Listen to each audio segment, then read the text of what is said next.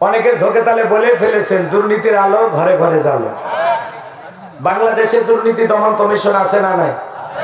এরপরে দুর্নীতি কমেছে নাকি ডিজিটাল কায়দায় বেড়েই চলেছে? দিন যত গড়াচ্ছে দুর্নীতির পাল্লা তত ভারী হচ্ছে, কথা বলেন ঠিক কিনা? আমরা চাই আমাদের প্রিয় মাতৃ বাংলাদেশ দুর্নীতি মুক্ত, আল্লাহ কবুল করুন, চিল্লা বলুন আমিন। আমরা চাই আমাদের বাংলাদেশ মাদক মুক্ত, আল্লাহ কবুল করুন, চিল্লা বলুন আমিন। আমরা চাই আমাদের বাংলাদেশ যৌতুক মুক্ত, আল্লাহ কবুল করুন, চিল্লা বলুন আমিন। আমরা চাই আমাদের বাংলাদেশ নাস্তিক মুক্ত, আল্লাহ কবুল করুন, চিল্লা বলুন আমিন। সম্মানিত ভাইরা আমার, ভূমিকা লম্বা কথা নয়, সরাসরি মূল আলোচনায় প্রবেশ করতে চাই। তারপরে দু একটি কথা না বললেই নয়। আমরা যত জায়গায় কোরআনের কথা বলতে যাই বলে হুজুর সাবধানে আলোচনা করবেন, ভুলে যাবেন না এলাকা কার। ওদের কথার সাইজ শুনে মনে হয় এলাকা ওদের বাবা। কথা বলেন না কেন? আমি করব ওয়াজ, আপনারা দেবেন আওয়াজ, জবাব দিবেন ঠিক ঠিক, আলোচনা হবে কমপ্লিট। শ্রোতাদের স্পিরিটে বারে বক্তার হিট, আলোচনা হবে জায়গা মতো ফিট। চোখ কান খোলা রাখবেন, কিছু আজ প্যান্ডেলে কিছু আজ অ্যাঙ্গেলে, জ্ঞানী লোকের জন্য ইশারায় যথেষ্ট, কথা বলেন ঠিক কিনা? হ্যাঁ, খুব মনোযোগ দিয়ে কথাগুলো শুনবেন। আমরা পুরুষ মানুষ, আমরা যদি আওয়াজ জোরে দিই, এই আওয়াজ যদি মহিলারা শুনে গুনাহ হবে নাকি? জোরে বলে, তাহলে পুরুষের মতো আওয়াজ দিবেন। আমরা সবাই পুরুষ তো নাকি সন্দেহ আছে? হ্যাঁ, অনেকে আবার চিন্তায় পড়ে গেছে। এদিক খেয়াল করেন, অনেক জায়গায় আলোচনা করতে গেলে বলে হুজুর ওয়াজ যা করবেন করবেন, খবরদার রাজনীতির কোনো আলোচনা করবেন না। আপনারাই বলেন তো বাজান, আমার বাড়ি কোন জেলা? গরিব এলাকায় বাড়ি দেখে আমার জেলার নামটা নিতেও আপনাদের কষ্ট হচ্ছে। একটু জোরে বলেন না, বাড়ি কোথায়? গাইবান্ধা। আমি আসছি কোন জেলায়? বিশ্বাস করেন, আমি গাইবান্ধা থেকে নাটোরে এসেছি শুধুমাত্র কোরআনের কথা বলার আশায়, এছাড়া আমার আর অন্য কোনো উদ্দেশ্য নাই, কথা বলেন ঠিক কিনা? আমি গাইবান্ধা থেকে আপনাদের এলাকায় এসে রাজনীতি করে আমার কোনো লাভ আছে ভাই? আগামী নির্বাচনে এলাকার মহিলা মেম্বার পদে দাঁড়ানোর কোনো চান্স আছে? তাহলে আমি কেন এখানে রাজনীতি করব? যদি করাই লাগে নিজের জেলা গাইবান্ধায় করবো, কথা বলেন ঠিক কিনা? এই জন্য আপনারা টেনশন মুক্ত থাকবেন, আমি আপনাদের কথার সাথে একমত। আমি বাংলাদেশের রাজনীতি কোন দলের বক্তা না, আমি রাজনীতিক কোনো বক্তব্য দেব না। I will not study political work because I am not a leader of any political party. কারণ এখানে সব দলের লোক আছে, আছে না নাই? এখানে বসে আছেন আওয়ামী লীগ, বিএনপি, জাতীয় জামাত ইসলাম, জাসদ, বাসদ, চলনা, আরশি, জামবেগি, ফুলপুরে, হাটাজার, ওলামা নিজামা, তাবলিগ, পাবলিক, ওলামা লীগ, গণতন্ত্র, গণফোরাম, শিশু সমাজ, বিকল্প দল, এলজিবি, বিটামনাগর, বিপিন সোসাইটি, 4 দল, 14 দল, 8 দল, 19 দল, 20 দল, হিন্দুস্তান বিএনপি, বাংলাদেশ কংগ্রেস পর্যন্তই থাক। বাংলাদেশে কত দল? আমি কি বোকা দলীয় আলোচনা করব? এই দিক থেকে যদি একটা দল লোক গুতা মারে, ওই দিক থেকে আরেকটা দল লোক থানায় টেলিফোন করে, আমি হুজুর অবস্থা ভালো না খারাপ? অতএব আজকের মাহফিলে বাংলাদেশের রাজনীতি নিয়ে কোনো আলোচনা করা হবে? বলেন, বাংলাদেশের রাজনীতি নিয়ে কোনো আলোচনা করা হবে না। তবে হ্যাঁ, আমি যদি কোন রাজনীতিক বক্তব্য দেই, এই পৃথিবীর শ্রেষ্ঠ রাজনীতিবিদ, শ্রেষ্ঠ রাষ্ট্রনায়ক, শ্রেষ্ঠ রাষ্ট্রপতি, শ্রেষ্ঠ সেনাপতি, শ্রেষ্ঠ বৈজ্ঞানিক, শ্রেষ্ঠ দার্শনিক, শ্রেষ্ঠ বাবা, শ্রেষ্ঠ নানা, শ্রেষ্ঠ আদর্শ, শ্রেষ্ঠ মহামানব রহমাতুল লিল আলামিনের মদিনার আদর্শের রাজনীতির কথা বলবো। আমি যদি কোন রাজনীতিক বক্তব্য দেই, খলিফাতুল মুসলিমিন আমিরুল মুমিনিন হযরত ওমর ফারুকের আদর্শের রাজনীতির কথা বলবো। যে ওমর ফারুক আল্লাহর জমিনে আল্লাহর আইনকে প্রতিষ্ঠিত করতে গিয়ে নিজের কলিজার টুকরা ছেলেকে পর্যন্ত ছাড় দেয় নাই, কথা বলেন ঠিক না? সেই মদিনাওয়ালার আদর্শের রাজনীতির কথা শোনার পর আপনার যেন আবার চুলকানি আরম্ভ না হয়। কারণ কোরআন হাদিসের হক কথা সবার পেটে হজম হয়। আপনারাই বলেন তো, সুদ করে সামনে যদি সুদের বিষয়ে আলোচনা করা হয়, ওকে নাটোর শহর থেকে মিষ্টি এসে বলবে হুজুর হা করে মিষ্টি খান, নাকি বলবে এই হুজুর এসে সুদের ওয়াজ করিয়া আমার সুদের ব্যবসায় লাল বাতি জ্বালাইছে, কথা বলেন ঠিক না? যারা ঘুষ খায়, দুর্নীতি করে, হারাম খায়, ভুড়ি বানাইছে 26 মাসের গর্ভবতী, ওদের সামনে ঘুষের আলোচনা করলে খুশি না বেজা? যারা বেনামাজি, নামাজ পড়ে আসার খাইয়া পয়রা আল্লাহ সিজদা দেয় না, ওদের সামনে নামাজের ওয়াজ করলে খুশি না বেজা? যে সমস্ত মা বোনেরা বোরকা পরে না, পর্দা করে না, বুকে ওড়না পর্যন্ত নেয় না, জিন্সের প্যান্ট গেঞ্জি পরে রাস্তা দিয়ে হাইটে যায়, পিছন দিক দিয়ে তাকালে মনে দুটো সুপারি গাছ দাঁড়িয়ে আছে, এরকম বেহায়া বেপরদা নারীর সামনে পর্দার আলোচনা করলে খুশি না বেজা? এক কথায় ওয়াজ যদি কারো বিপক্ষে চলে যায়, কিয়ামত পর্যন্ত সে বক্তার উপরে খুশি হবে না, কথা বলেনি কে না? এই জন্য পরিষ্কার ভাবে একটি কথা বলে দিতে চাই, আজকের আলোচনার সভাপতি স্যারের মতো হবে না, প্রধান অতিথির মতো হবে না, মাহফিল কমিটির মতো হবে না, বক্তাদের মতো হবে না, শ্রোতাদের মতো হবে না। আল্লাহর কোরআন যা বলবে গোলাম রব্বানি তাই বলবে। এতে কে খুশি কে বেজার ওইটা দেখার টাইম নাই। কথা বলেন ঠিক কিনা? যুগে যুগে নবী রাসূলের দাওয়াতি কাজ করেছেন, তাদের দাওয়াতি কাজেও কাফের বেঈমানরা বাধার প্রাচীর তৈরি করে দিয়েছিলেন। এরপরে আল্লাহর পয়গম্বরেরা শত বাধার প্রাচীরকে ভেঙে আল্লাহর জমিনে আল্লাহর পথে মানুষকে দাওয়াত দিয়েছেন। কথা বলেন ঠিক কিনা? আপনার আমার প্রিয় নবী কালিমার দাওয়াত দিতে গিয়ে কোরআনের প্রচার করতে গিয়ে মার খেয়েছেন, রক্ত ঝরিয়েছেন, দান্দার মোবারক শহীদ হয়ে গেছেন, লোহার টুপির মাথার ভিতর ঢুকে গেছেন। সাহাবায়ে কিরাম দ্বীনকে প্রতিষ্ঠিত করতে গিয়ে মার খেয়েছেন, রক্ত ঝরিয়েছেন, জীবন দিয়েছেন। ও বাংলার মুসলমান, 1971 সালে এদেশের মাটির জন্য, এদেশের স্বাধীনতার জন্য, এদেশের পতাকার জন্য আপনার আমার পূর্বপুরুষেরা যদি জীবন দিতে পারেন, রক্ত দিতে পারেন, প্রয়োজন যদি হয় আল্লাহর জমিনে আল্লাহর দ্বীনকে প্রতিষ্ঠিত করতে গিয়ে, কোরআনের সমাজ কায়েম করতে গিয়ে নবীদের মতো সাহাবায়ে কিরামদের মতো বুকের তাজা রক্ত দিতে হয়। কারা কারা দিতে রাজি? দুহাত তুলে আল্লাহকে দেখাও।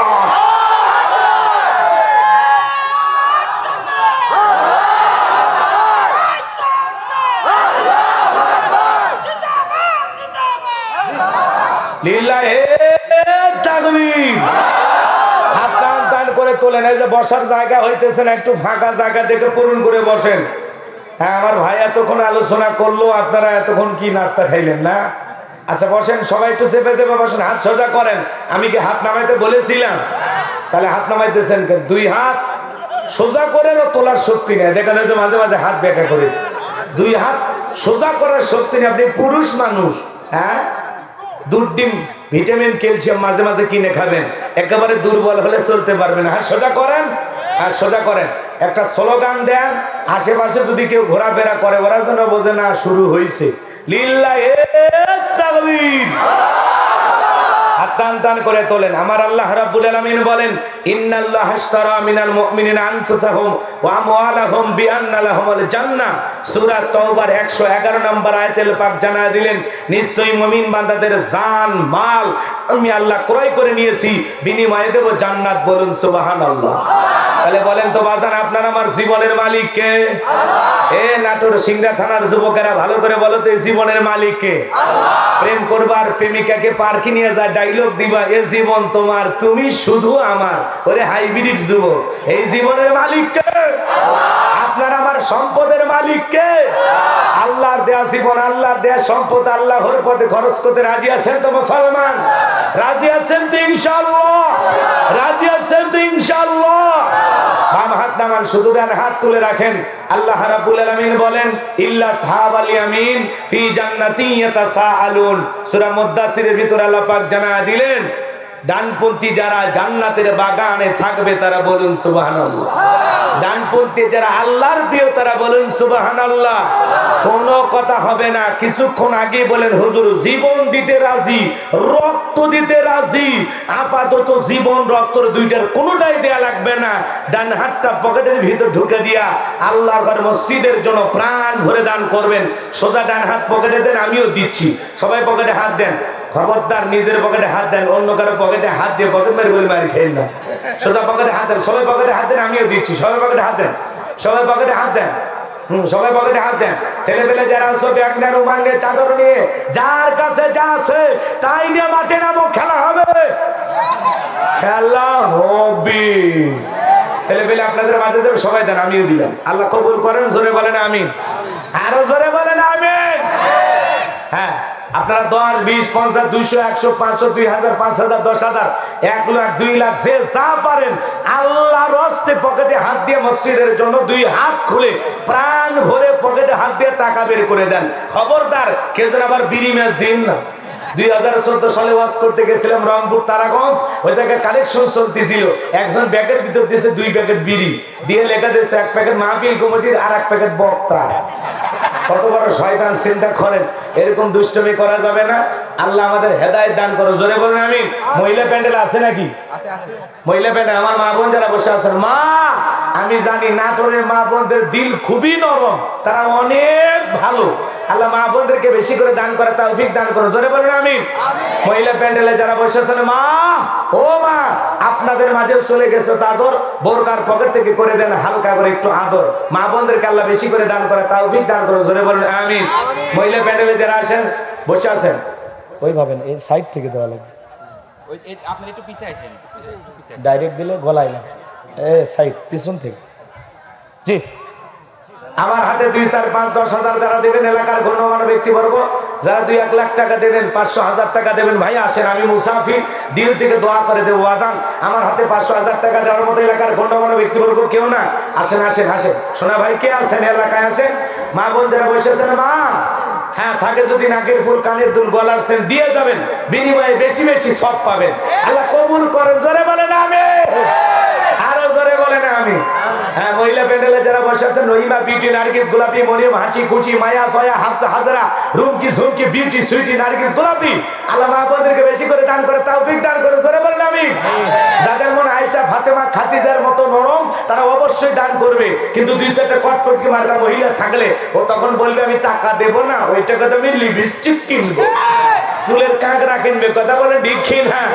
সবাই মসজিদ মাদ্রাসায় দিতে পারে না, আপনি পকেটে হাত দেবেন, শয়তান বলবে কি করিস, বলে 100 টাকা আল্লাহর ঘর মসজিদে দে। কয় চুপ কর, 100 টাকা হলে 1 প্যাকেট সিগারেট হবে। তার মানে আপনি চাইলেও শয়তান আপনাকে দিতে দেবে না। শয়তানের মুখে 2টা লাথি মাইরা আল্লাহর হস্তে আল্লাহর ঘরের জন্য টাকা দান করেন। আল্লাহ সবাইকে মসজিদের জন্য দান করে, তাওফিক দান করুন। যারা দুনিয়াতে মসজিদ নির্মাণের জন্য টাকা দেয়, আল্লাহ তাদের জান্নাতি বালাখানা বানিয়ে দিবেন, বলুন সুবহানাল্লাহ। আল্লাহর হস্তে মুসাফির 20টা টাকা হলেও দেবেন, 50-100 টাকা যা পারেন, 2, 4, 5, 10 হাজার আল্লাহর হস্তে দেন। সাইদুল ব্যাপারী হাতেন দাও, সাইদুল ব্যাপারী, তার জন্য দোয়া না করে কি থাকতে পারি? নগদ দান করে গেল 500 টাকা, দুনিয়া আখিরাতের এই কোনা কোনা ঠেকা, মনে করে রাসূলের সাথে একই জান্নাতি করে দিও দেখা, জোরে বলেন মারহাবা। কত? লিপন 1400 টাকা, লিপন হিজলি, লিপন ভাই হিজলি 1400 টাকা। আল্লাহ কবুল করেন, হায়াত বাড়ায় দেন, জিন্দেগির গুনাহগুলো মাফ করে দেন, জোরে বলেন আমিন। রাকিব সর্দার পাড়া 1500 ভাই ডেকোরেটর ভাই সাউন্ড জান কমায়েন না, পারলে একটু বাড়িয়ে দেন, আর না হলে যা আছে তাই। জি জি ভালো আছে, ওটাই করছি, নারা হবি না ভাই। ওই 3 হাত দূরে থেকে সুবহানাল্লাহ তাসবিহ পড়েন, গুটাই না, যত গুটাবেন তত খারাপ। কারণ মাইক যদি ভালো না হয়, ওয়াজ করবেন সাইদি সাহেবের মতো, শোনা যাবে তোফার জলের মতো। কথা বলছেন, মাইক ভালো হয়, সাউন্ড টন আছে। আলহামদুলিল্লাহ কর, আল্লাহ ভাই ব্যবসায় বরকত দেন, জোরে বলেন আমিন। এটা কি? রাকিব সর্দার পাড়া, মানে 500। রাকিব ভাই সর্দার পাড়া করছে বাবা কাম সারা, নগদ 1500 টাকা, জোরে কোন মারহাবা, লিল্লাহি তাকবীর। রায়হান হাসপুরিয়া আল্লাহর গোলাম, নগদ 1000 টাকা, জোরে বলেন মারহাবা। আল্লাহ দানটা কবুল করেন, বড় দানে শামিল করেন, এই দানে সরকার এই দানের ওসিলা কইরা লক্ষ লক্ষ কোটি কোটি টাকার মালিক বানায় দেন, জোরে বলেন আমিন। আসেন আসেন দরদিরা আমার, দিয়া দনে বসে মন কেড়ে নিতে কতক্ষণ, নদীর কলো ভাঙা কলো করে, এই তো নদীর খেলা, সকালবেলা টাকাওয়ালা তুই, ফকির সন্ধ্যাবেলা। এ ভাই যারা জায়গা না পেয়ে গেটে দাঁড়িয়ে আছেন, এই যুবকদেরকে বলবো এই যে বক্সের আশেপাশে একটু জায়গা আছে, বাবা বসো, এই যুবকে বসো বসো, রাত জেগে বিশ্বকাপ খেলা দেখো। হ্যাঁ, আর কোরআনের মাহফিল একটু বসা যায় না, কয়টা বাজে? একটু আসো, তোমাদের জন্য ওয়াজ আছে তো। হ্যাঁ, তোমাদের জন্য স্পেশাল কিছু বরাদ্দ আছে, আসো। মাঝে মাঝে ফাঁকা জায়গা যেগুলো আছে এগুলো পূরণ করে বসেন। মেলাতে আর যে ভাইরা আছে এরা আসলে তো জায়গা হবে না, তাড়াতাড়ি আসেন, চাপে যাবো, বসেন। এগুলো একটু ডাকতেন না? কাক ডাকতে আছে, এই নাম ধরে ডাকলে হবে, অনুমতি লো আছে। হ্যাঁ, নাম ধরে ডাকলে ওইটা কেমন দেখা? মোহাম্মদ সাইদ ভাই 1000 টাকা, জোরে বলেন মারহাবা। যারা দিবেন ভাই তাড়াতাড়ি আসেন, আল্লাহ তাআলা দানটা কবুল করে। দিলে আর এক জায়গার কমিটি আবার ধরবি, আমরা শুনছি ওই জায়গায় 10,000 দিয়েছেন, আমাদের এটি 10,000 দেন, বোঝেন না? সব জায়গায় দেওয়া লাগে, ইউনিয়নে যত কটা মাহফিল হবে সবগুলো দেওয়া থাকে, এজন্য হিসাব নিকেশ করে দেওয়া লাগে। আলহামদুলিল্লাহ, এরকম একটা নেতা আছে আমাদের এলাকায়, উনি অবশ্য সব জায়গায় 10,000 বা 20,000 করে দিলে, প্রত্যেক দিন মনে করেন ওইভাবে সব মাহফিলে 20,000 10,000, যে বছর যে কয় হাজার এক জায়গায় বলে সব মাহফিলে তাই দেয়। আল্লাহ এইভাবে নেতাদেরকে জনগণের পাশে থেকে সেবা করা তৌফিক দান করেন, জোরে বলেন আমিন। দাঁড়ানো ভাইরা একটু ভিতরে বসেন, 2-1টা জায়গা ফাঁকা দেখা গেলে ওই জায়গায় বসে পড়েন, যুবকেরা বসে পড়েন। হ্যাঁ, এখন প্রায় 11টা বাজেই নাই, তাই না? 12টা পর্যন্ত আপনারা ধৈর্য নিয়ে থাকবেন তো, 12টা 10 পর্যন্ত নাকি? কত বলি একটা দুইটার বক্তা আমি না মিশে ওগুলো গল্প করে লাভ হবে না। আমি হয়তো বা সর্বোচ্চ 1.5 ঘন্টা বক্তৃতা করব, তাই না? এই জন্য আপনাদের উদ্দেশ্যে বলতে চাচ্ছিলাম, যেহেতু কালেকশন সবকিছু ভূমিকা এসে হ্যান ত্যান করতে করতে তো 1 ঘন্টা শেষ, এদিকে গেছেন 1 ঘন্টা, তাহলে আর মনে করেন ঘন্টা 1.5 সময় আছে। অর্থাৎ এখন বাজে 11:15, আপনারা 12:30 পর্যন্ত থাকলেই হয়, তাহলে এর মধ্যেই সব হয়ে যাবে ইনশাআল্লাহ। এই 12টা 15-20 মিনিট পর্যন্ত কি থাকা যাবে ইনশাআল্লাহ? তো কারা কারা থাকবেন না তারা হাত তোলেন। তাল সামলাবার পারে না বলে সব জায়গায় হাত তোলে। 12:15 পর্যন্ত কারা কারা ধৈর্য নিয়ে বসে থাকবেন? 12:30 পর্যন্ত কারা কারা থাকবেন? 2 হাত তুলে বলেন ইনশাআল্লাহ। হাত তুলে বলেন ইনশাআল্লাহ। ইনশাআল্লাহ আল্লাহ কবুল করেন, যারা বলেন আমিন। হাত আমার এই যে ওয়াদা দিলেন, ওয়াদা ভঙ্গ করা কিসের লক্ষণ? মুনাফিকের লক্ষণ। এই 1-1.5 ঘন্টা পেশাব লাগলে ওঠা যাবে না, কোনো অজুহাতে ওঠা যাবে না। যারা উঠে যাবেন এক্ষুনি যান, এই মুহূর্তে। আমি 30 সেকেন্ড চোখ বন্ধ করে আছি, আপনি চলে যান। চোখ বন্ধ করছি, যান।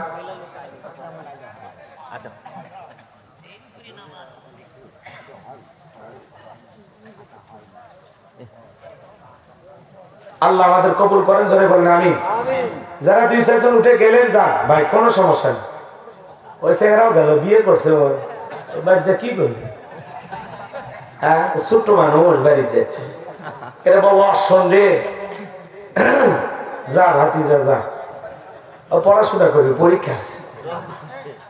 আচ্ছা ঠিক আছে, আর কথা না বাড়াই, আমি কথা বলবো পবিত্র কোরআনুল কারীমের 108 নম্বর সূরা। বলেন কত নাম্বার? সূরাটির নাম কাউসার। জোরে বলেন কি নাম? কাউসার। জোরে বলেন কি নাম? আরেকটু আওয়াজ দেন, তো আওয়াজ দেবেন, ঠিক আছে? আর কিচ্ছু লাগবে না, এখন যা দেবেন শুধু আওয়াজ। পারবেন তো ইনশাআল্লাহ? তাহলে সূরার নাম জোরসে বলেন, উঠে যাবে 2023 সাল, 24 সাল। অভ্যাস করে নিচ্ছি, সামনে তো আসতেছে, বোঝেন না? আচ্ছা, সূরার নাম কাউসার। মোট আয়াত আছে 3টি, রুকু আছে 1টি। বিশ্ব নবীর মক্কার জিন্দেগিতে এই সূরাটি নাজিল হয়েছে, বলুন সুবহানাল্লাহ। আমি আজকে এই সূরা থেকে আলোচনা করব। অনেকে ভাবতেছেন হুজুর সূরা কাউসার থেকে আলোচনা করবেন, যদি আমরা জানতাম তাহলে আজকে অটো ভাড়া কইরা মোটরসাইকেলে তেল দিয়ে আপনার মাহফিলে আসতাম না, এরকম কি ভাবতেছেন আপনারা? আচ্ছা বলেন তো বাজান, পরিচিত পথে পথ চলতে সহজ হয় না কঠিন হয়? পরিচিত মানুষের সাথে কথা বলে ভালো লাগে না খারাপ লাগে? পরিচিত পথে পথ চলতে যেমন সহজ হয়, পরিচিত মানুষের সাথে কথা বলে যেমন ভালো লাগে, ঠিক বক্তা কোনো পরিচিত সূরা বা আয়াত থেকে যদি আলোচনা করে, এইটা শুনে আরো বেশি ভালো লাগে, কারণ বিষয়টা আপনারও জানা আছে। কোরআন যত জানবেন বুঝবেন, চর্চা কমে না বাড়ে? একটু সুবহানাল্লাহ বলবেন না? ওয়াইদা তুলিয়াত আলাইহিম আয়াতুহু যাদাতহুম ঈমানা। কোরআন শুনলে মুমিনের ঈমানটা বৃদ্ধি পায়, সুবহানাল্লাহ বলে। সম্মানিত ভাইরা আমার, ভূমিকা দেওয়ার কোনো সুযোগ নাই, ডাইরেক্ট আল্লাহর কোরআন থেকে আলোচনা করব। এটা কার পাঠানো কিতাব? যদি কোরআন থেকে কথা বলা হয়, কোনো ভেজাল আছে? কোনো ধোঁকা আছে? কোনো মিথ্যা আছে? থাকবে কি করে? কিতাবটি নাজিল করেছেন কে? সে আল্লাহ রাব্বুল আলামিন বলেন, যালিকাল কিতাবু লা রাইবা ফি। এটি এমন একটি কিতাব, যেই কিতাবের মধ্যে কোনো সন্দেহ নাই, কোনো সংশয় নাই, কোনো মিথ্যা নাই, কোনো ধোঁকা নাই। There is no doubt. বলুন আল্লাহু আকবার। হুদাল লিল মুত্তাকিন। মুত্তাকি বান্দাদের জন্য গাইডলাইন হিসাবে, পথ প্রদর্শক হিসাবে আসমান থেকে কিতাবটি নাজিল করেছেন কে? সেই কিতাবের আলোচনা হবে, কথা বলবো সূরা কাউসার থেকে ইনশাআল্লাহ। আজকে এমন ভাবে আলোচনা করব ভাই, অনেকেই ভাবতেছেন হুজুর এই সূরা আমার জানা আছে। আপনি হয়তোবা সূরা কাউসারের তাফসীর যেভাবে জানেন, আমি হয়তোবা সেভাবে জানি না। আজকে আমি যেভাবে বলবো হয়তোবা আপনি সেভাবে শোনেন নাই। বাজান গো, একটু দিল দিয়ে কথাগুলো শুনবেন। কোরআনের কথা যতই শুনবেন ততই ভালো লাগবে, খারাপ লাগার কোনো কারণ নাই, খারাপ লাগার কোনো কারণ নাই। আল্লাহ আমাদের কবুল করেন, জোরে কোন আমিন। একটু জবান ছেড়ে আমার সাথে সবাই পড়ুন, আউযু বিল্লাহি মিনাশ শাইতানির রাজিম, বিসমিল্লাহির রহমানির রহিম। বিতাড়িত মুর্দার শয়তানের কাছ থেকে আল্লাহ পাকের কাছে আশ্রয় প্রার্থনা চাচ্ছি। পরম করুণাময় দয়ালু আল্লাহ তাআলার নামে শুরু করছি। সূরার নাম কাউসার। জবান ছেড়ে সবাই পড়ুন, সকলে মুখস্থ আছে না? একটু সবাই পড়ুন।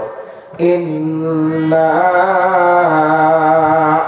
আ'তাইনাকাল কাউসার ফাসাল্লি লিরাব্বিকা ওয়ানহার ইন্না শানিয়াকা হুয়াল আবতার। আল্লাহু আকবার। সম্মানিত ভাইরা আমার, যে কোনো আয়াত বা সূরার তাফসীর করতে হলে কোন প্রেক্ষাপটে কোন সময় আল্লাহর হাবিবের উপরে সেই সূরাটি বা আয়াতটি নাজিল হয়েছে, সেই নাজিলের প্রেক্ষাপট জানার দরকার আছে না নাই? শানে নজুল জানার দরকার আছে না নাই? যদি শানে নজুল আলোচনা করা হয় তাহলে তাফসীর বুঝতে সহজ হয়, বলুন সুবহানাল্লাহ। তাহলে নবীজির উপরে আল্লাহ রাব্বুল আলামিন কোন সময় কোন প্রেক্ষাপটে সূরা কাউসার নাজিল করেছে, সেই নাজিলের প্রেক্ষাপট জানার দরকার আছে না নাই? বলবো তাহলে আলোচনাটা বুঝতে ভালো লাগবে। এরপরে আমরা মূল তাফসীরে প্রবেশ করব ইনশাআল্লাহ। আমার ভাইয়েরা, আমি আপনাদের উদ্দেশ্যে যে কথা বলতে চাই, নবীজির উপরে আল্লাহ রাব্বুল আলামিন কখন সূরা কাউসার নাজিল করলেন। নবীজির প্রিয় সাহাবী হযরতে আনাস রাদিয়াল্লাহু তাআলা আনহু বলেন, আমরা নবীজির চারপাশে বসে আছি, নবীজি আমার সামনেই বসে আছেন। আমি তাকায় দেখি নবীজির মনটা ভীষণ খারাপ, মুখটা মলিন, চোখের কোণায় অশ্রু দেখা যায়। কিছুটা সময় অতিবাহিত হয়ে যাওয়ার পর আমি তাকায় দেখি আমার নবীজি মুস্কি মুস্কি হাসতেছেন, বলুন সুবহানাল্লাহ। হযরতে আনাস ডেকে বলেন, নবী গো, এই মাত্র দেখলাম আপনার মুখটা মলিন, চেহারার মধ্যে চিন্তার ছাপ, চোখের কোণায় অশ্রু দেখা যায়, আবার দেখি মুখে মুস্কি হাসি। আমার নবীর মনটা কেন খারাপ, চোখের কোণায় কেন অশ্রু? আমার নবী কেনই বা কাঁদেন, কেনই বা হাসেনের কারণ আছে না নাই? নবীজির মনটা খারাপ কারণ হলো নবীজির কলিজার টুকরা ছেলে সন্তানগুলো জন্মগ্রহণ করে, আর একে একে ছেলে সন্তানগুলো মারা যায়। ইব্রাহিম মারা যায়, আবুল কাসেম মারা যায়, একে একে ছেলে সন্তানগুলো যখন মারা যায়, বলেন তো বাজান, বাবা হিসাবে নবীর মনেও কষ্ট লাগবে কিনা? নবীর হৃদয়টা ব্যথিত, মনটা বড় খারাপ। আমার ভাইয়েরা, একে তো সন্তান হারানোর ব্যথা।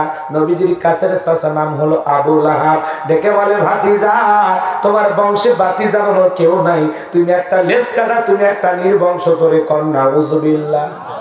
আরো জোরে বলেন নাউজুবিল্লাহ। একে তো সন্তান হারানোর ব্যথা, আর আপন মানুষদের সমালোচনা। নবীজির মনের কষ্ট কমে না বাড়ে? একটু আওয়াজ দেওয়া লাগবে। এতগুলো মানুষ বসে আছেন, একটু কথার সাপোর্ট দিবেন। আমার প্রতিদিন রাত জাগা, তাই না? মানে ঘুম ধরতে পারে। আপনাদেরকে একটু আওয়াজ দিয়ে আমাকে জাগ্রত রাখা লাগবে, বোঝান লাগবে, হুজুর এটা খাট না, এটা ওয়াজের মাঠ। কথা বলে ঠিক কিনা? হ্যাঁ, একটু আওয়াজ দেওয়া লাগবে। যুবক ঘুমাইছো নাকি? তোমাদের জন্য আছে ওয়াজ আছে, একটু শুরু করতে দাও। চতুর্দিকে আগে আল বেঁধে নেই, তারপরে সেজা শুরু করা লাগবে। তারপরে তো কি মাছ আছে পরে টের পাবে।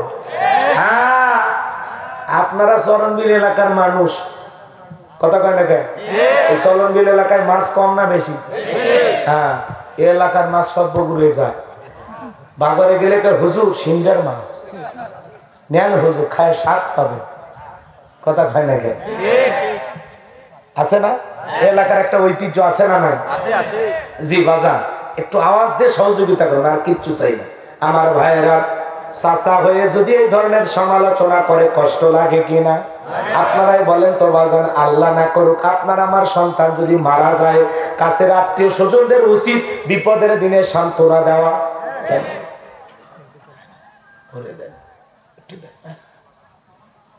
বিপদের দিনে সান্ত্বনা দেওয়া, বাবা তুমি ধৈর্য ধারণ করো, সবর করো, মনের মধ্যে কষ্ট নিও না, কষ্ট নিও না।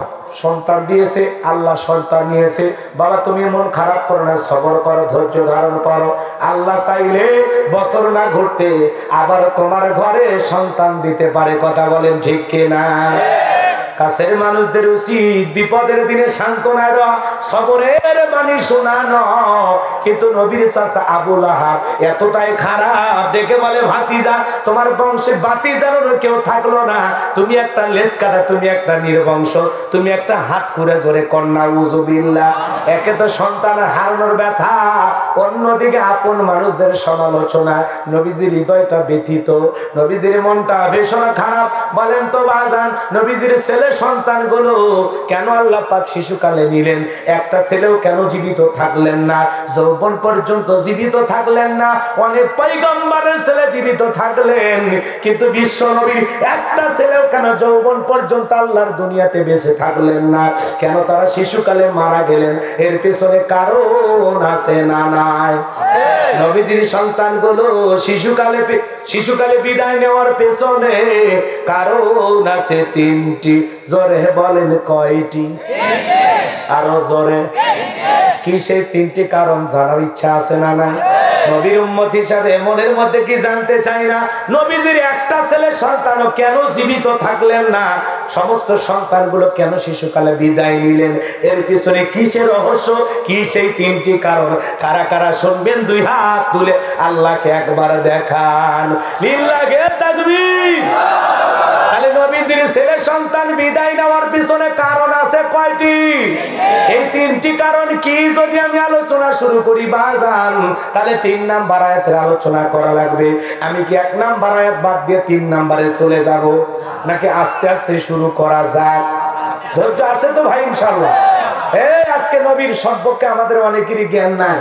অনেক জায়গায় নবীর সম্মান মর্যাদা সম্পর্কে মানুষের ভিতরে ধারণা নাই। নবীর সম্মান মর্যাদা বোঝে না। এক জায়গায় যা বললাম, বলেন তো আমার নবীর নাম কি? বলে আব্দুল কাদের জিলানী।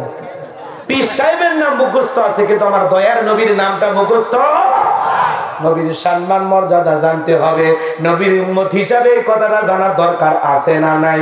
আপনাদের হৃদয়ের ভিতরে রাসূলের প্রতি যদি 100% ভালোবাসা থাকে বাজান, তাহলে আজকের মাহফিলের এই কথাগুলো না শুনে আপনারা যেতে পারবেন না।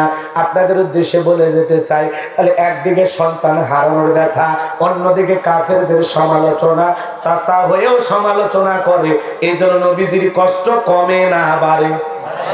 আবার অন্যদিকে সাহাবায়ে কেরাম যারা ইসলাম ধর্ম গ্রহণ করে, ওই কাফির বেঈমানরা তাদের উপর নির্যাতন জুলুম চালায় বাজান। নবীজি কালেমার দাওয়াত আর ইসলামের প্রচার প্রসার করেন। এই কথা শোনার পর হযরতে বেলাল নবীজির কাছে চলে গেলেন। নবীজি দারুল আরকামে বসা রাতের বেলায় হযরতে বেলাল নবীজির কাছে উপস্থিত হইয়া নবীজির চেহারা মোবারকের দিকে তাকাইয়া ডেকে বলেন, নবী গো, আপনার চাইতে সুন্দর মানুষ আমি বেলাল জীবনে কোনোদিন দেখি নাই।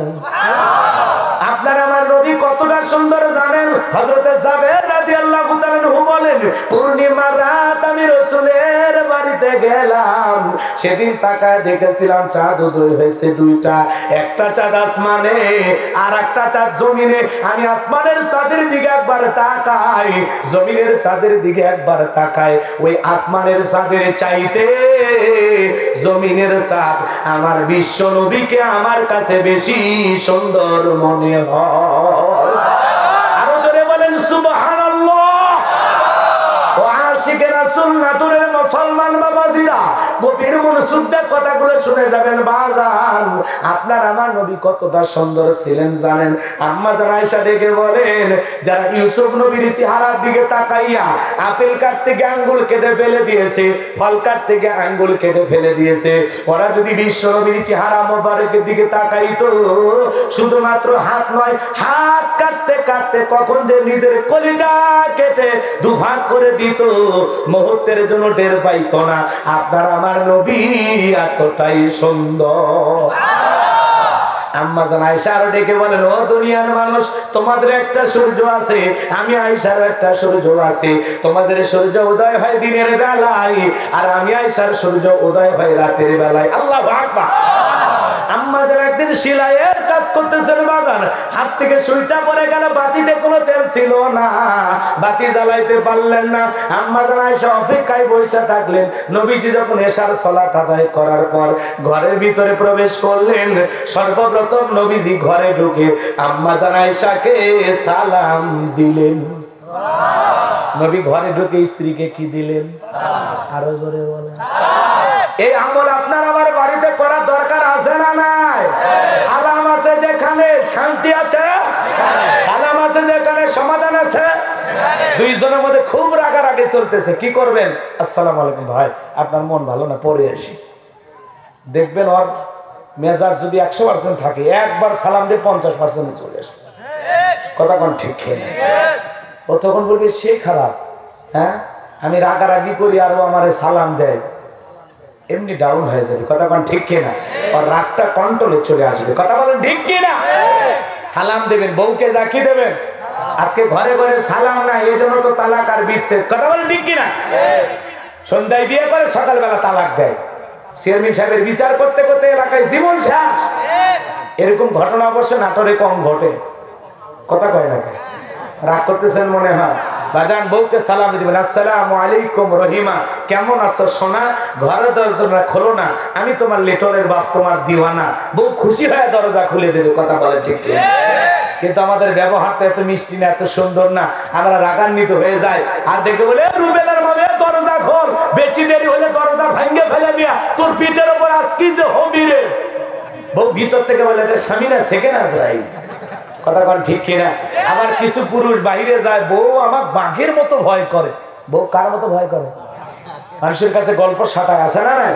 ওই বউ আমার বাঘের মতো ভয় করে। বাঘ একটা পশু জানোয়ার, তার মানে বউয়ের কাছে তুমি মানুষ হতে পারো নাই, তুমি হয়ে আছো জানোয়ার।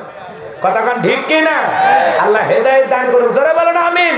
শোনেন, বাড়িতে আজকে সালাম দিন, আসসালামু আলাইকুম। প্রথম সালাম দিলে হয়তো টিটকেনি মারবে, বাপরে বাপ কারে আবার সালাম দাও। যদি বলেন বিলকিসের মা তোমারে দিলাম, আজকে আবার কোন হুজুরের মুরিদ নিয়ে বাড়িতে ঢুকলে, সেদিনই তো মুখের গাছের মাছ মানে ফল চুরি করলে। কথা কোন ঠিক কিনা?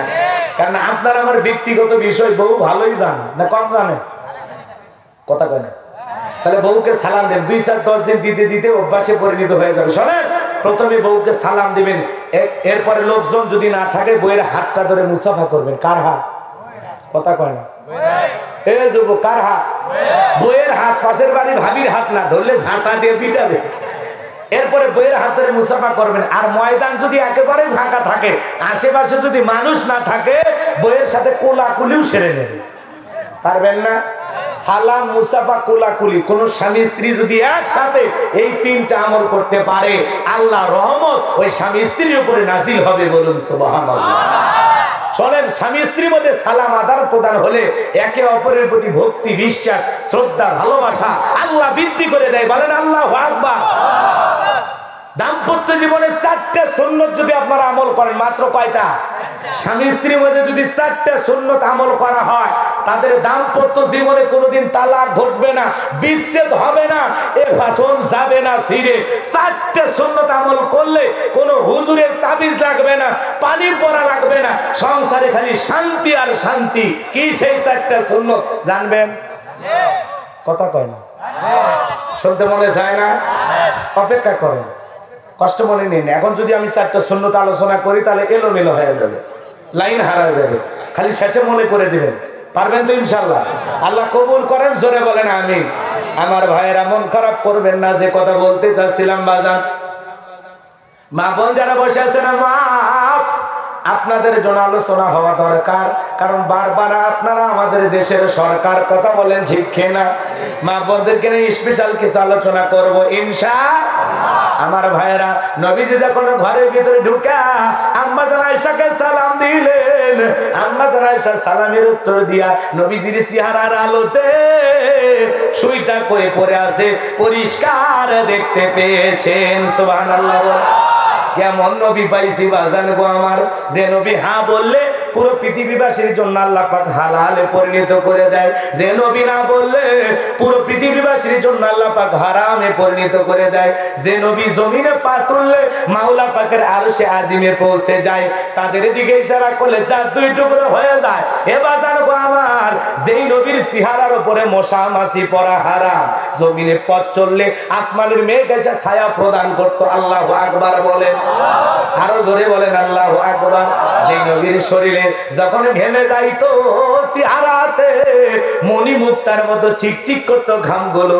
আম্মা জানেরা ওই ঘামগুলো এইরকম কইরা নিয়া সুন্দর করে শিশির ভিতরে রেখে দিতেন। যখন ঈদ আসতো, অনুষ্ঠান আসতো, তখন ওই সুগন্ধগুলো আতর হিসাবে ব্যবহার করা হতো। জোরে বলুন সুবহানাল্লাহ। কেমন নবীর উম্মত আপনি আমি জানেন? বাজানো গো আমার, মক্কা নগরীতে একজন মহিলা, তার স্বামী মারা গেল, 3টা সন্তান রেখে কয়েকটা দিন অতিবাহিত হয়ে যায়। বড় ছেলেটা ডেকে বলে, মা আমরা এতিমের দরদ, এতিম নবী ছাড়া কেউ বুঝবে না। মা গো মা, কত মানুষ চায়া থাকলাম, কেউ তো আমাদের খোঁজ খবর নিতে আসলো না। চলো না মা, একবার বিশ্ব নবীর দরবারে যাই, ঈমান গ্রহণ করে আমরা মারা যাই। এই কথা বলে মহিলা 3টা সন্তানকে নিয়ে বিশ্ব নবীর দরবারে আসলেন। এইবার নবীজির চেহারা মোবারকের দিকে তাকাইয়া বড় ভাই ছোট ভাইকে ডেকে বলে, ভাই এ কেমন মানুষের চেহারার দিকে তাকাইলাম, যার চেহারার দিকে তাকাইয়া আমার পেটের ক্ষুধা নিবারণ হয়ে গেছে। ছোট ভাই ডেকে বলে, বড় ভাই আমি তো একই কথা তোমাকে বলতে চাচ্ছিলাম। এ কেমন মানুষের চেহারার দিকে তাকাইলাম গো, যার চেহারার দিকে তাকাইয়া মনে হয় এই মাত্র পেট ভরে কি যেন খাইলাম। বলেন সুবহানাল্লাহ। যেই নবীর চেহারার দিকে তাকাইলে ক্ষুধা নিবারণ হয়ে যায়, সেই নবীর কাছে হযরত বেলাল কথা মনে আছে না নাই? আমার ভাইরা, হযরত বেলাল ডেকে বলে, নবী গো আপনি কালেমার দাওয়াত দেন, ইসলামের প্রচার করেন, আমার একটু কালেমা পড়ে মুসলমান বানায় দেন। বিশ্ব নবী হযরত বেলালকে পড়ায় দিলেন, লা ইলাহা ইল্লাল্লাহু মুহাম্মাদুর রাসূলুল্লাহ সাল্লাল্লাহু আলাইহি ওয়াসাল্লাম। হযরত বেলাল কালেমা পড়ে মুসলমান হয়ে গেলেন। নবী ডেকে বলে, বেলাল রে, ইসলামের অবস্থা এখন ভালো না, কালেমা পড়েছো এ কথা প্রকাশ করা যাবে না। বলেন তো বাজার, ইসলামের অবস্থা কি সব সময় ভালো থাকে? আজও পৃথিবীর দিকে তাকায় দেখেন, জালেমদের টার্গেট ইসলাম আর মুসলমান। কথা বলেন না কেন? ফিলিস্তিনের জমিনে মুসলমানের আজও রক্ত ঝরে বাজার। 7 দিনের যদিও যুদ্ধ বিরতি চলতেছে, আরে হামাস মুসলমানেরা তাম পৃথিবীর মানুষের কাছে এমন প্রশংসা কুড়াচ্ছে, বাজান গো আমার, এমন প্রশংসা কুড়াচ্ছে হামাস মুসলমানেরা। আল্লাহু আকবার বলেন। যদিও অনেকে অনেক কথা বলতেছেন, যুদ্ধ বিরতিতে বিনিময় চলতেছে বাজার। ইসরায়েলির 19 জন যাদেরকে তারা বন্দী করে রেখেছিলেন হামাস মুসলমানেরা, তাদেরকে যখন যুদ্ধের বিনিময়ে ছেড়ে দেওয়া হচ্ছে, তারা ছেড়ে দেবে ফিলিস্তিনি মুসলমানদেরকে 150 জন, আর তারা ছেড়ে দেবে 50 জন। এরকম একটা চুক্তি বা সন্ধি হয়েছে। বাজান গো আমার, এইবার হামাস মুসলমানের কাছে যারা বন্দী ছিল, আজকে একটা সংবাদ প্রচার করা হচ্ছে, হামাস যোদ্ধাদের প্রেমে ইসরায়েলি তরুণী পড়ে গেছে। আল্লাহু আকবার বলেন, আরো জোরে বলেন আল্লাহু আকবার। হামাস যোদ্ধার প্রেমে পড়ে গেছে বাজান গো আমার।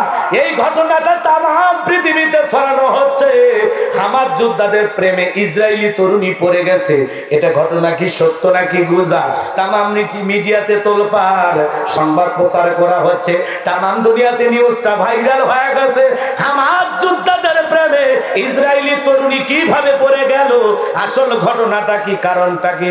আসলে হামাস যোদ্ধাদের প্রেমে পড়ে যায় নাই, পড়ে গেছে হামাস মুসলমানের ব্যবহারের প্রেমে।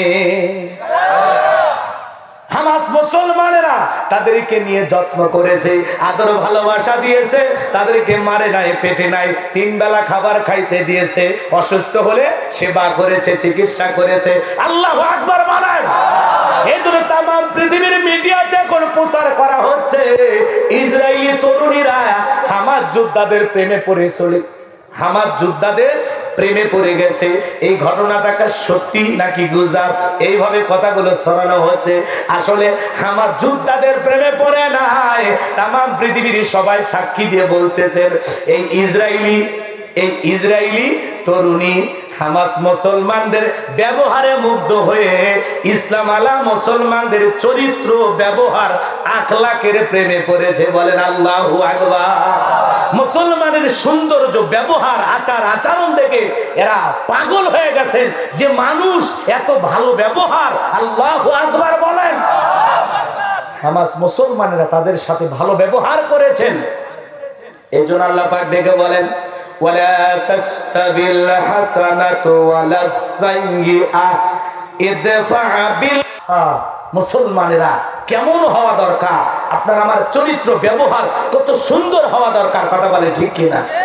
মাত্র 50 দিন বন্দী ছিল, এই জন্য এমন মায়া, এমন ভালোবাসা, এমন ব্যবহার হামাস মুসলমানেরা উপহার দিয়েছেন, যার কারণে পরিবারের কাছেও ফিরে যেতে মন চাচ্ছে না, মনে চায় হামাস যোদ্ধাদের সাথেই থেকে যায়। আল্লাহু আকবার।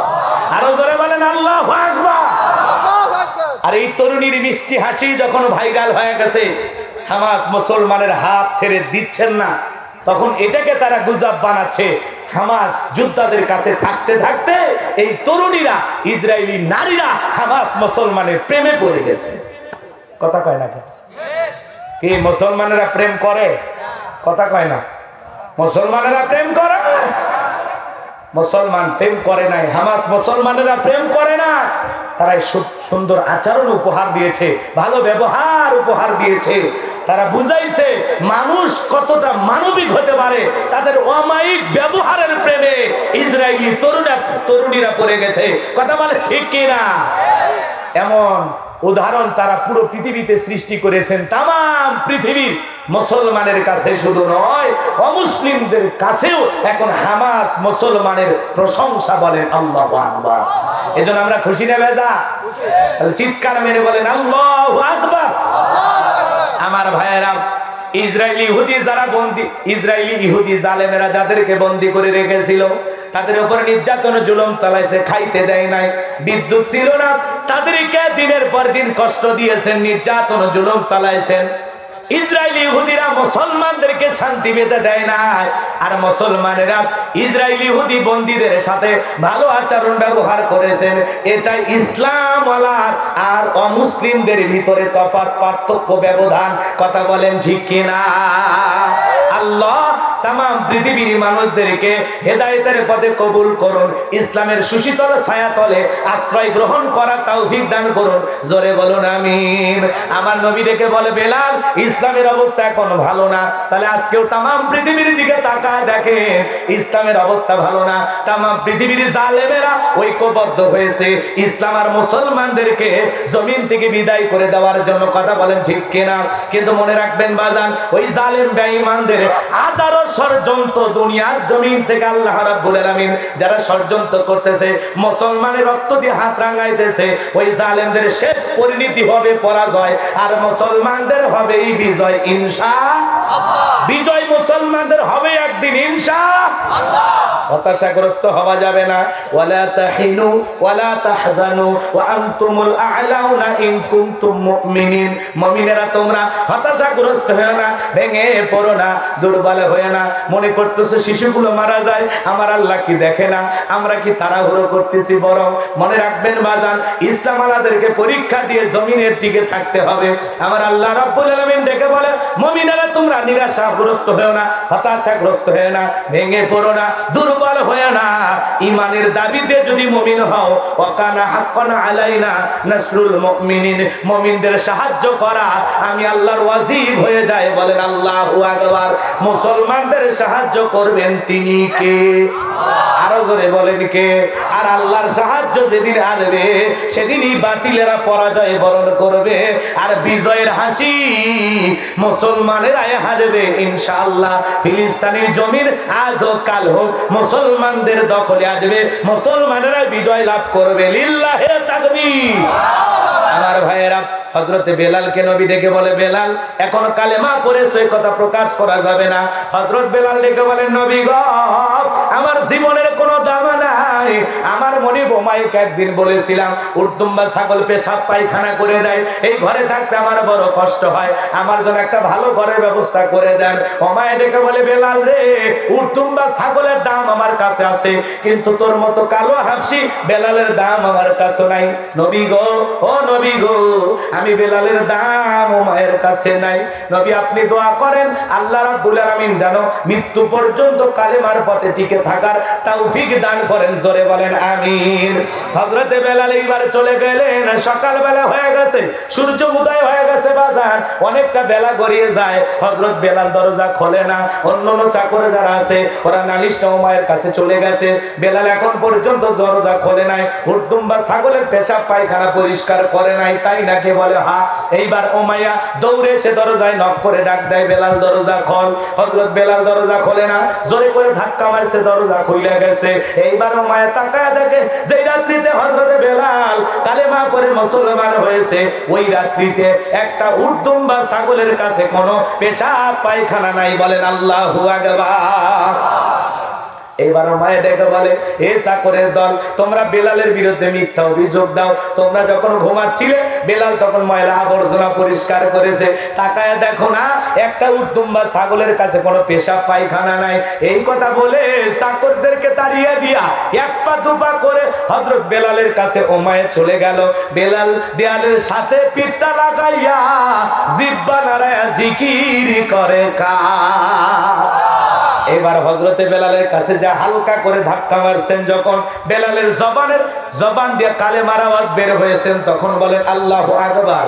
হযরতে বেলালের কণ্ঠে কালেমার আওয়াজ শোনার পর ওমায়ে ডেকে বলে, বেলাল রে, এসব কি শুনছি? তুমি কি আব্দুল্লাহর বেটা মুহাম্মদ সাল্লাল্লাহু আলাইহি সাল্লামের কাছে গিয়ে কালেমা পড়ে মুসলমান হয়েছো? হযরতে বেলাল ডেকে বলে, ওমাইয়া, মুসলমান হয় যারা মিথ্যা কথা বলতে পারে না তারা। ওয়াকুলু কওলান সাদীদা, মুসলমানেরা সত্য কথা বলবে, ইমানদাররা কোনোদিন মিথ্যাবাদী হতে পারে না। কিন্তু আমরা মিথ্যা কথা বলি কি না? কথা কয় না? মিথ্যা কথা বলে সকালবেলা নাস্তা করে, দুপুর বেলা লাঞ্চ করে, রাতে ডিনার করে, ভরা পেটেও মিথ্যা বলে, খালি পেটেও মিথ্যা বলে। মিথ্যা বলতে বলতে চেহারা বেঁকা হয়ে গেছে, মরণের আজরাইল চলে আসবে, এরপরে মিথ্যা বলা ছাড়ে না। এরকম মিথ্যাবাদী আছে না নাই? মুসলমান কোনোদিন মিথ্যাবাদী হতে পারে না, মুসলমান হবে সত্যবাদী। কথা বলেন ঠিক কিনা? যুবক ভাই তুমি কোথায়? কয় সিংড়া বাজার। আসো দেখা আছে। কয় 1 মিনিট। 1 মিনিট কয় 1 ঘন্টাও দেখা নাই। এটা কি হাসরের ময়দানের 1 মিনিট নাকি? কথা কর নাকি আপনারা? ওয়াদা ঠিক রাখা লাগবে। ভাই আসতেছি সকালে, সকালে কথা কইলে 3 দিনেও দেখা নাই, এরকম আছে না নাই? মুসলমান কথার দাম থাকা লাগবে, জবানের দাম থাকা লাগবে, যা বলবেন হিসাব নিকাশ করে বলা লাগবে। কথা বলেন ঠিক কিনা? তাহলে মুসলমান সত্যবাদী হবে না মিথ্যাবাদী? জোরে ভাই, ঘুমাইছেন, বালিশ আনবো? কথা কয় না। লিল্লাহি তাকবীর। ঘুমায়েন না বাজান গো আমার, নিজের ওয়াদা অনুযায়ী একটু কাজটা করেন। আমি গুনাহগার কি বলতে চাই, কি বুঝাইতে চাই, একটু মনোযোগ দিয়ে গুনাহগারের কথাগুলো শুনে যান বাজান গো আমার। এইবার হযরত বেলাল ডেকে বলে, গতকাল রাত্রিতে নবীজির হাতে হাত দিয়ে আমি কালেমা পড়ে মুসলমান হয়েছি, বলুন সুবহানাল্লাহ। এই কথা শোনার পর ওমায়ে ডেকে বলে, বেলাল রে, থাকার জন্য ভালো ঘরের ব্যবস্থা করে দেব, উর্দুম্বা ছাগলের মালিক বানায় দেব।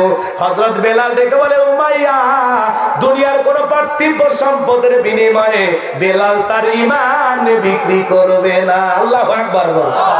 এবার উমাইয়া ডেকে বলে, আমার কথা না শুনলে বড় নেতা আবু জেলকে খবর দেব।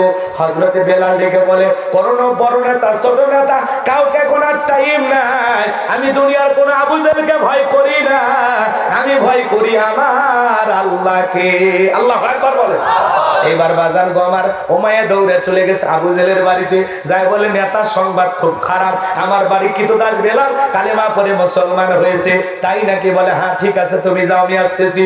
আবু জেলের কিছু ক্যাডার মাস্তান বাহিনী ছিল, বিশেষ একটা বাহিনী ছিল, যাদের কাজই হলো নতুন নতুন কালিমা পড়ে যারা মুসলমান হয় তাদের উপর নির্যাতন জুলুম চালানোর কথা বলেন ঠিক কিনা?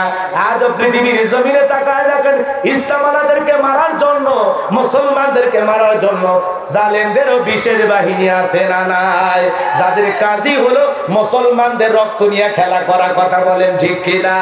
আজ পৃথিবীর জমিনে যারা মুসলমানের রক্ত নিয়ে খেলা করে বাজার, মনে রাখবেন, মনে রাখবেন, মুসলমান দুনিয়াতে কারো গোলামি করে না, মুসলমান গোলামি করে আল্লাহর। বিদায় মুসলমানের রক্ত নিয়ে যারা খেলা করবে, মুসলমানেরা নির্যাতন সহ্য করে ছাড় দিলেও আমার আল্লাহ তাদেরকে ছাড় দেবে না।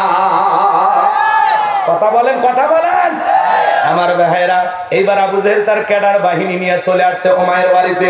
আয়েশা বলে, বেলাল এই দিকে আয়। হযরত বেলাল যখন কাছে আসলেন, আবু জেহেল ডেকে বলে, বেলাল রে, আমি তোরে পার্সোনাল ভাবে মহব্বত করি, তোর উপর বিশেষ একটা নজর ভালোবাসা আছে। এসব কি শুনছি, তুমি নাকি কালেমা পড়ে মুসলমান হয়েছো। হযরত বেলাল ডেকে বলে, আপনি যা শুনেছেন সত্য, আমি কালেমা পড়ে মুসলমান হয়েছি। এইবার বাজার গো আমার, আবু জেহেল লোভনীয় প্রস্তাব দিল, বেলাল উর্দুম্বা ছাগলের মালিক যদি হতে চাও, উর্দুম্বা ছাগলের মালিক বানায় দেব, থাকার জন্য ভালো ঘর বাড়ি ব্যবস্থা করে দেব, জায়গা জমি সম্পদ যা চাও সব দেব, ব্যবসা বাণিজ্য করতে চাইলে দিরহাম টাকা পয়সা যা চাও সব দেব। এরকম একটা বিশাল লোভনীয় প্রস্তাব হযরত বেলালকে দেওয়া হলো। হযরত বেলাল ডেকে বলে, আবু জেহেল রে, দুনিয়ার সব সম্পদ যদি দিতে রাজি থাকো, দুনিয়ার সব সম্পদ ছাড়তে রাজি, কিন্তু ইসলামের পথ ছাড়তে রাজি নাই। জোরে বলেন আল্লাহু আকবার। বেলালের মতো যারা খাঁটি ইমানদার, তাদেরকে টাকা দিয়া কেনা যায় না, কথা বলেন ঠিক কিনা? কিন্তু মুনাফিক মার্কা মুসলমান সকাল বিকাল টাকার বান্ডিলের কাছে বিক্রি হয়, টাকা যেই দিকে ওদের ফতুয়া সেই দিকে। এ কথা কন নাকি আপনারা? টাকা যেই দিকে ফতুয়া সেই দিকে। আছে আছে, বউ তালাক হয়ে গেছে, নেওয়ার কোনো উপায় নাই। 5,000 টাকা, 2, 4, 5, 10,000 টাকা যদি হাতের মধ্যে দেওয়ার, হুজুর বলে, আসলে এটা তো হয়ই না, যেহেতু ভুল করছেন, কিছু দিয়েছেন, চেষ্টা করতেছি কোন অবস্থায়। কথা কয় না, বৈধ জিনিসটাকে এদিকে খেয়াল করে, কথা কয় না, অবৈধ জিনিসটাকে বৈধ বানায় দেয়, আছে না নাই? টাকা যেই দিকে ওদের ফতুয়া সেই দিকে। যারা 2, 4 টাকার লোভে অবৈধ জিনিসকে বৈধ বানায়, বৈধ জিনিসকে অবৈধ বানায়, আর যাই হোক বাজান, এমন ইমান নিয়া জান্নাতে যাওয়া যাবে না। কথা বলে ঠিক কিনা? টাকার বান্ডিলের কাছে সকাল বিকাল ইমান বিক্রি করে, টাকার গন্ধ যেই দিকে ওর দৌড় সেই দিকে। কথা বলে ঠিক কিনা? আল্লাহ আমাদের হেদায়েত দান করুন, জোরে বলুন আমিন। বেলালের মতো যারা খাঁটি ইমানেরা টাকার কাছে ইমান বিক্রি করতে পারে, আমার ভাইরা ভালো করে বোঝার চেষ্টা করেন। এইবার আবু জেহেল ডেকে বলে, বেলাল এত প্রস্তাব দিলাম, রাজি হলি না, তাহলে সোজা আঙ্গুলে ঘিউ না উঠলে আঙ্গুলে একটু বাঁকা করা লাগবে। এই কথা বলে যুবকদেরকে লেলিয়ে দিলেন, চাবুক দিয়ে পিটাও। হযরত বেলালকে চাবুক দিয়ে পিটাইতে পিটাইতে কালো চামড়া পেটে বাজার, পিঠ দিয়ে রক্ত ঝরা শুরু হয়ে গেল। এরা যত জোরে চাবুক মারে, বেলাল তত জোরে আল্লাহর নামের জিকির করে। আমার ভাইরা মারতে মারতে কালো পিঠটা পেটে রক্ত ঝরতেছে। আবু জেহেল দেখে বলে, বেলাল এত মারা মারলাম, এত পিটান পিটাইলাম, তোর পিঠটা পেটে রক্ত ঝরে রে বেলাল, এরপর কি আব্দুল্লাহর বেটা মুহাম্মদ সাল্লাল্লাহু আলাইহি সাল্লামের ধর্ম ত্যাগ করবি না?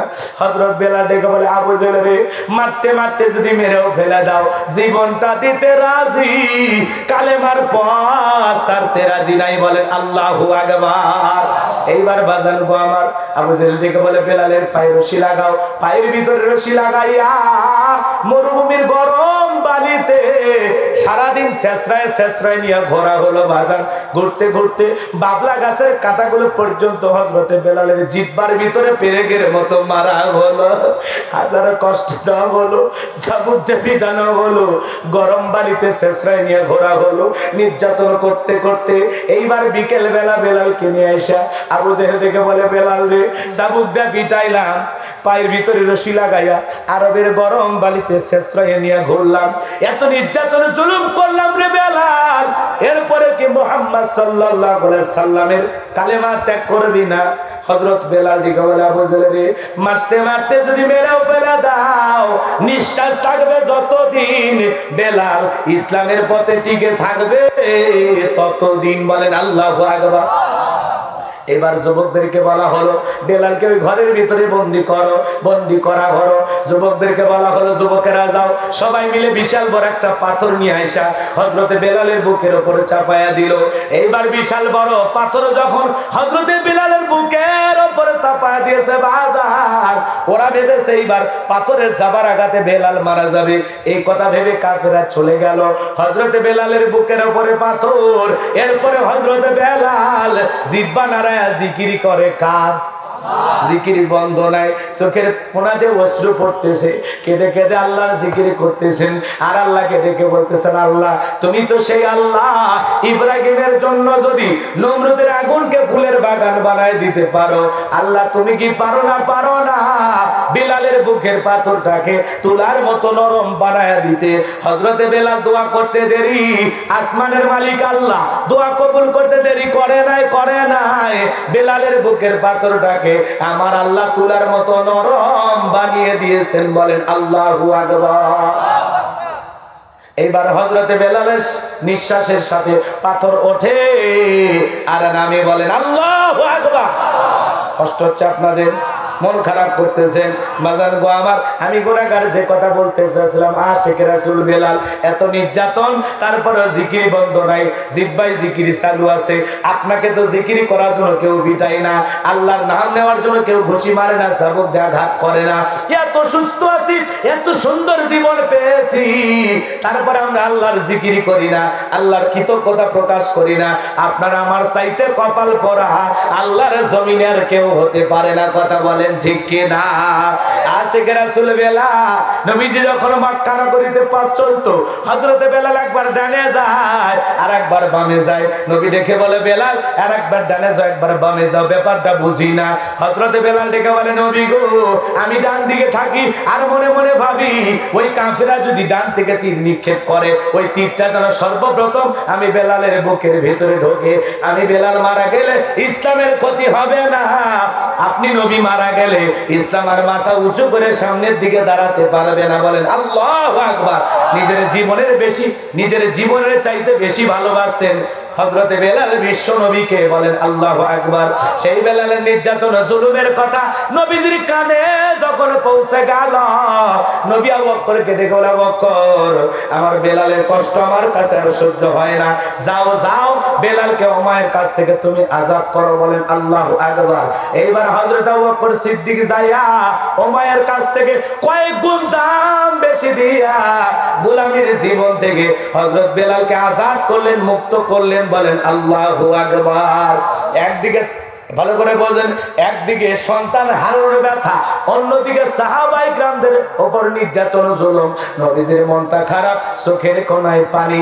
নবীর যখন মন খারাপ, নবীকে সান্ত্বনা দেওয়ার দায়িত্ব কার?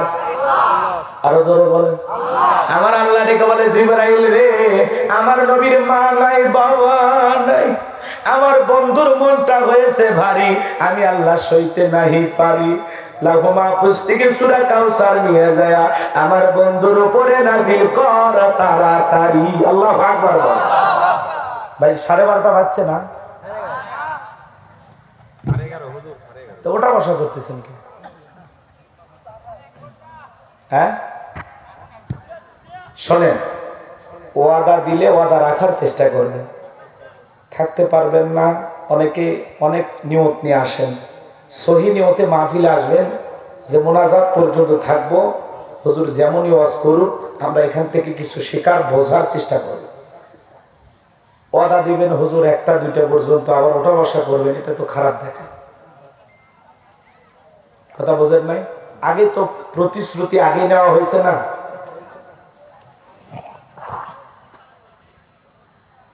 একটু মেহরবানি করে যদি বলেন হুজুর খারাপ লাগতেছে, তাহলে খালি বলেন, আমি দোয়া করে দেব।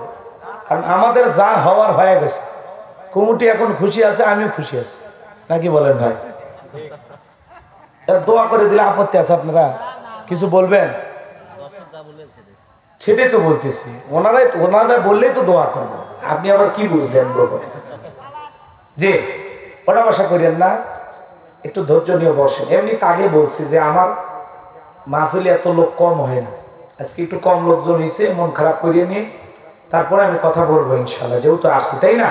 শ্রোতা যদি কমও হয়, এখান থেকে যদি 5 জন মানুষ আলোচনা শুনে আমল করে তাহলে লাভ। মাহফিলে 5 লাখ লোক আছে, একজন আমল করবে না, ওই লোক দিয়ে দাম আছে। এইরকম চিন্তা করা লাগবে, একটু মন দিয়ে কথাগুলো শুনবেন, ভালো লাগবে। কোরআন খারাপ লাগে তাদের কাছে যাদের মনটা আবু জেলের মতো ভেজাল দিয়ে ভরা, কথা ঠিক না? কারণ আবু জেল সারা রাত কোরআন শুনে সকাল বেলায় কয় নবী মোহাম্মদ পাগল। কে রে আবু জেল, তুই কি ছাগল? হ্যাঁ, সারা রাত কোরআন শুনে সকাল বেলায় বলে পাগল জাদু আছে না। আর কিছু কিছু মুসলমান তো আবু জেলের চাইতেও খারাপ, এরা সকালেও শোনে না, সন্ধ্যায় শোনে না, এরা কোরআন শুনতেই চায় না, আবার কাউকে শুনতেও দিতে চায় না, পরিবেশও নষ্ট করে। এরকম আছে না নাই? এইবার ভূমিকা শেষ। শানে নজরুল যে আমি বলছিলাম যে এমন একটা পরিবেশে রসুলের মনটা কেন খারাপ, 2টা কারণ। একটা সন্তান হারানোর ব্যথা, আর একটা হলো নতুন নতুন মুসলমানদের উপর নির্যাতন, জুলুম। কথা কি বুঝতে পারছেন? নবী আমার এমনি এমনি মন খারাপ করে বসে আছে, মন খারাপের কারণ নাই, সে কারণটা বললাম। আর এইবার হাসি দেওয়ার কারণটা কি? সুবহানাল্লাহ বলেন। আমার ভাইয়েরা, আমার নবী যে হযরতে আনাসের কথাই জবাব দিয়ে বলেন, আনাস আমার মনটা কেন খারাপ তোমরা জানো? কি তোমরা হাসি দেওয়ার কারণ হলো এই মাত্র আসমান থেকে জিবরাইল এসে আমার উপরে সূরা কাউসার নাজিল করলো। জোরে বলেন সুবহানাল্লাহ। নবীজির উপরে যখন আল্লাহ তাআলা জিবরাইলের মাধ্যমে সূরা কাউসার নাজিল করেছেন, তখন নবী কি কথা বলেন না কেন? নবী খুশি না বেজা? আরো জোরে বলেন। নবীজি তখন মুক্তার দানার মতো দাঁতগুলো বের করে সুন্দর করে মুস্কি হাসি দিলেন, বলেন সুবহানাল্লাহ। ব্যথিত হৃদয় নিয়া মলিন মুখটার ভিতরে নবীজি যখন মুস্কি হাসি দিয়েছেন, সাহাবায়ে কেরামদের সবার ভালো লেগেছেন। নবী তখন ডেকে বলে, আমার সাহাবীরা, এই মাত্র আসমান থেকে জিবরাইল এসে আমার উপরে সূরা কাউসার নাজিল করেছেন। এই কথা বলে নবীজি সাহাবায়ে কেরামদের সামনে সূরা কাউসার তিলাওয়াত করে শোনায় দিলেন। বলুন সুবহানাল্লাহ। জবান ছেড়ে সবাই একটু তিলাওয়াত করুন। ইন্না আ'তাইনাকাল কাউসার ফাসাল্লি লিরাব্বিকা ওয়ানহার ইন্না শানিয়াকা হুয়াল আবতার। আল্লাহু আকবার। কোরআন কি আপনাদের কাছে অসুন্দর লাগে? শোনেন, ছোটবেলায় বাবার হাত ধরে মসজিদে গিয়েছিলাম, ইমাম সাহেবের কণ্ঠে সূরা ফাতিহা শুনেছিলাম। আজকে আপনার বয়স 50-60 বছর পার হয়ে গেছে। এত বছর ধরে যারা 5 ওয়াক্ত নামাজ আদায় করে, দিনের মধ্যে কমপক্ষে 5 ওয়াক্ত সালাত যারা আদায় করে, 40 বারেরও বেশি সূরা ফাতিহা পাঠ করতে হয়। কোন মানুষ কি বিরক্ত হয়ে বলেছে সূরা ফাতিহা পড়তে আর ভালো লাগে না? তো বলেছে। আপনাদের মসজিদের ইমাম সাহেব মনে করেন, উদাহরণ দিতেছি কথা বোঝানোর জন্য, হুজুর ভাইজান আমার মন খারাপ কইরেন না। উনি মনে করেন 25 বছর ধরে ইমামতি করতেছে আর বলতেছে, শোনেন 25 বছর সূরা ফাতিহা দিয়ে নামাজ পড়াইলাম, আগামী কাল থেকে আর সূরা ফাতিহা পড়ব না, আমার ভালো লাগে না। এইবার ইমাম সাহেব যদি মাগরিবের নামাজে সূরা ইখলাস দিয়ে শুরু করে, কুল হুয়াল্লাহু আহাদ, আপনারা পিছন থেকে কি বলবেন? আল্লাহু আকবার। হুজুর আগে সূরা ফাতিহা পড়েন, এরপরে অন্য সূরা ধরেন। কারণ যে হুজুর সূরা ফাতিহা যারা নামাজ পড়াইতে চায়, বিনা বেতনে চাকরি করলেও তার ইমামতিতে আমরা নামাজ পড়ব না। কারণ সূরা ফাতিহা ছাড়া নামাজ হয়। কথাকে বোঝা গেল? তাহলে কোরআনের ভিতরে আল্লাহ এমন একটা আকর্ষণ দিয়েছেন উম্মতে মুহাম্মাদীর জন্য, জীবন্ত মুজিজার নাম হলো আল কোরআন। সুবহানাল্লাহ বলেন। কোরআন হলো পৃথিবীর দামি কিতাব। আল্লাহু আকবার বলেন। এই কোরআন জোরে পড়লেও মজা লাগে, টেনে পড়লেও মজা লাগে, মাঝামাঝি সুরে পড়লেও মজা লাগে। কোরআন কখনো কারো কাছে অসুন্দর বা বিরক্তিকর বিষয় হতে পারে না। কারো কাছে যদি কোরআন শুনতে বিরক্ত লাগে, খারাপ লাগে, ভেজাল লাগে, বুঝবেন অন্তরের ভিতরে ভাইরাস ঢুকে গেছে, আপনার চিকিৎসা হওয়া জরুরি। কথা বলেন। এই কোরআন টেনে পড়লে মজা আছে না নাই? জোরে বলেন আছে না নাই? যার কণ্ঠ যত ভালো তার কণ্ঠ দিয়ে কোরআন শুনতে তত বেশি মধুর লাগে। সুবহানাল্লাহ বলে। ইন্না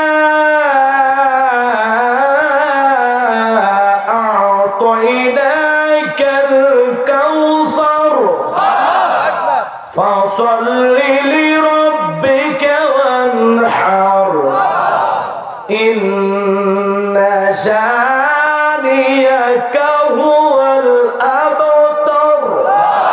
খারাপ লাগছে?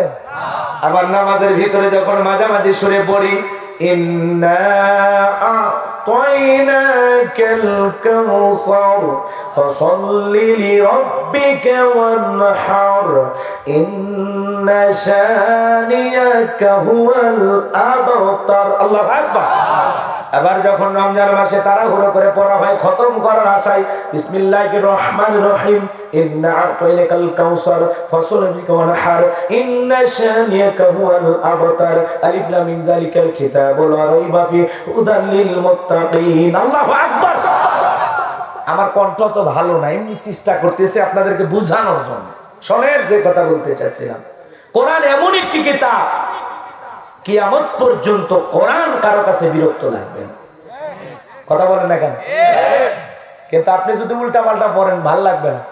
কিছু তিলাওয়াতকারী আছে না, আলহামদুলিল্লাহি রাব্বিল আলামিন আর রহমানির রহিম আছে না? আলাম তারা কাইফা